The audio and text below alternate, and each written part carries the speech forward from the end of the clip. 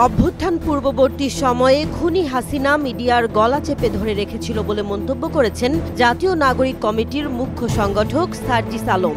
এই অভ্যুত্থানের পূর্ববর্তী সময়ে খুনি হাসিনা কিন্তু বাংলাদেশের মিডিয়ার এক প্রকার গলা চেপে ধরে রেখেছিল। বিভিন্ন এজেন্সি অলওয়েজ নজরদারি করত, তারা নিউজের শব্দ ও বাক্য ঠিক করে দিত। কিন্তু দেশের বাইরে প্রবাসী ফ্রিল্যান্সার সাংবাদিকেরা সাহস জুগিয়েছেন, খুনি হাসিনার রেজিমের বিরুদ্ধে কথা বলেছেন।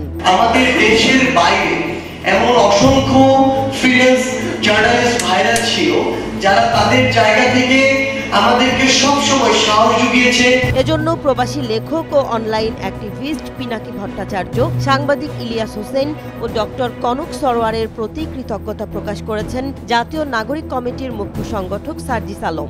আমরা যদি উদাহরণস্বরূপ ইলিয়াস ভাইয়ের কথা বলি, পিনাকি দাদার কথা বলি, কনক সরোয়ারের কথা বলি, এরকম অসংখ্য জন ছিল যারা ওই পুরো রেজিমের বিরুদ্ধে দেশের বাইরে থেকে কথা বলেছে। তিনি বলেন, এই অভ্যুত্থান পরবর্তী সময়ে ডায়াসপোরা কমিউনিটির একটি অংশকে অন্তরের অন্তঃস্থল থেকে স্মরণ করতে চাই। আমরা যদি উদাহরণস্বরূপ ইলিয়াস ভাই, পিনাকি দাদা, কনক সরোয়ারের কথা বলি, তাদের মতো এমন অসংখ্য ব্যক্তি ছিলেন যারা ওই রেজিমের বিরুদ্ধে দেশের বাইরে থেকে কথা বলেছেন এবং এখনো তাদের জায়গা থেকে দেশের জন্য কথা বলছেন। আমরা আমাদের এই ডায়াসপোরার প্রতি কৃতজ্ঞতা প্রকাশ করছি।